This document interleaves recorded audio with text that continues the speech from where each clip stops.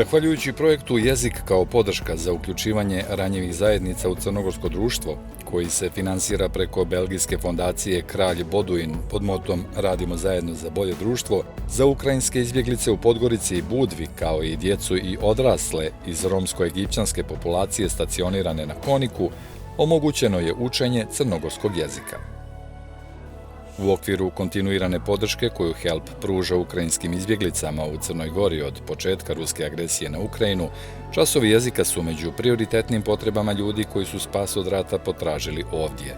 Trenutno njih 60 u Budvi i Podgorici pohađa časove crnogorskog jezika koji će im omogućiti lakšu adaptaciju u novim okolnostima. Ja volim naše časove crnogorskog jezika. Ja ću raditi u banci. Idem kod doktora, na primjer, treba da razumijem šta govori doktor, treba da govorim kakvu problemu imam. I drugo, da, mislim da super, bit će da ću raditi u Crnoj Gori, u Podgorici. Učenje jezika mnogima omogućava i da pomognu svojoj djeci koja su se morala upisati u ovdašnje škole, što nije mali izazov. Jedan otrok ide u vrtić crnogorski i drugi djeca ide u školu crnogorsku. I on ide u drugi razred i ja pomagam njemu raditi domaće. Na primjer, imam sestanak za roditelji u školi i moj sin ide u kamp. Mogu da znam kakve stvari mogu da dajem njemu u taj kamp. Crnogorski sličan sa ukrajinskim jezikom, ali mnogi reči nije slični. To nije tak teško učiti crnogorski, interesantno. Profesor dr. Marijana Terić, koja u Podgorici podučava nekoliko grupa ukrajinskih izbjeglica, kaže da je zadovoljna napretkom koji postižu i međusobnom interakcijom sa ovim ljudima. Moram priznati da sam u početku bila skeptična kako ću ja držati časove jezika ljudima koji su došli iz zemlje čiji jezik apsolutno ne poznajem.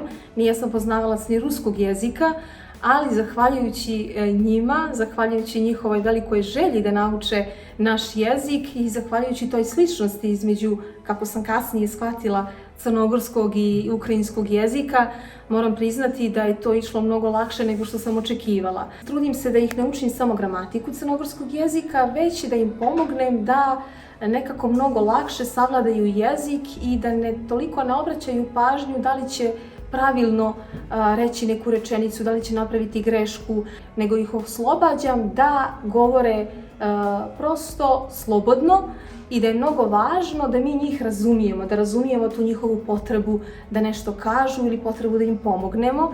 Oni su mene naučili kako čovjek da ostane dosledan, jak, pa čak i ovakvim okolnostima koje nijesu nimalo, da kažem, nekako jednostavni, koje nije lako prebroditi.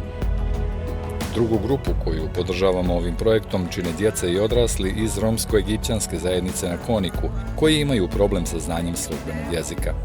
Njihova profesorica Ivana Vujošević 2 puta sedmično, tokom 6 mjeseci, djeci školskog uzrasta različite starosne dobi pomaže da nadoknade propušteno i što bolje ovladaju crnogorskim jezikom da bi gradivo u školi lakše i brže savladali.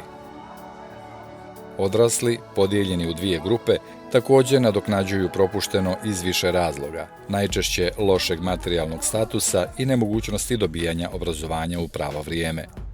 Vidi šta pišem ovdje.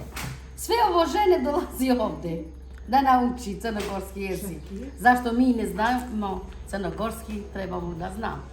Ja ovdje radim u firmu, evo da imam, ja sam frizerka, ja i čerka. Čerka mi je za nokte, ja sam frizerka. Ali baš toliko crnogorski ne znam. Trebam da naučim malo. Hvala od Milice, hvala od Ivane, što je došla ovdje da nauči. Od nju hvala mnogo, od Boga. Pa je da se naučimo. Jeste li zadovoljni? Jes, Boga. Jeste li uspjeli da naučite da se potpišete? Jes.